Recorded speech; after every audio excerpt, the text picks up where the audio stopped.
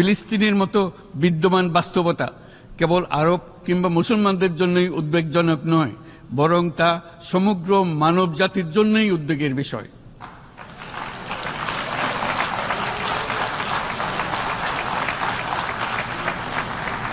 একজন মানুষ হিসেবে প্রত্যেক ফিলিস্তিনির জীবন অমূল্য।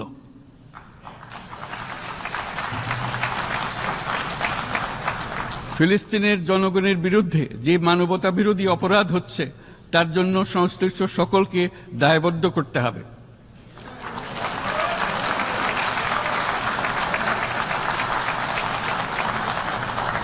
ফিলিস্তিনের জনগণের উপর চলমান নৃশংসতা, বিশেষত নারী এবং শিশুদের সাথে প্রতিনিয়ত যে নিষ্ঠুরতা বিশ্ব দেখাচ্ছে, তা থেকে নিস্তারের জন্য বাংলাদেশ অনতিবিলম্বে সম্পূর্ণ যুদ্ধবিরতির আহ্বান জানাচ্ছে।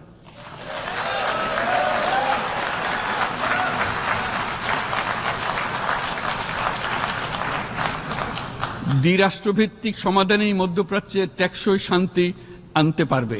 তাই জাতিসংঘ সহ আন্তর্জাতিক সম্প্রদায়ের সকলকে এর বাস্তবায়নের জন্য এখনই উদ্যোগ নিতে আহ্বান জানাচ্ছি।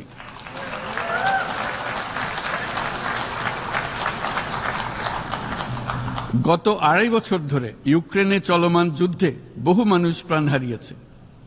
এই যুদ্ধের প্রভাব সর্বব্যাপী, এমনকি বাংলাদেশের অর্থনীতিতেও এর নেতিবাচক প্রভাব আমরা অনুভব করছি। আমরা তাই উভয় পক্ষকে সংলাপে বসে বিরোধ নিরসনের মাধ্যমে যুদ্ধের অবসান ঘটানোর আহ্বান জানাচ্ছি। মাননীয় সভাপতি, বাংলাদেশ গত 7 বছর যাবৎ মায়ানমার হতে আগত 12 লাখেরও বেশি রোহিঙ্গাদের মানবিক কারণে আশ্রয় দিয়ে আসছে। এর ফলে আমরা বিরাট সামাজিক, অর্থনৈতিক, পরিবেশগত ক্ষতির সম্মুখীন হচ্ছি। মায়ানমারের অভ্যন্তরীণ সমস্যা থেকে সৃষ্ট এই সংকট বাংলাদেশ ও আমাদের অঞ্চলের জন্য প্রথাগত ও অপ্রথাগত উভয় ধরনের নিরাপত্তা ঝুঁকির কারণ হয়ে দাঁড়িয়েছে।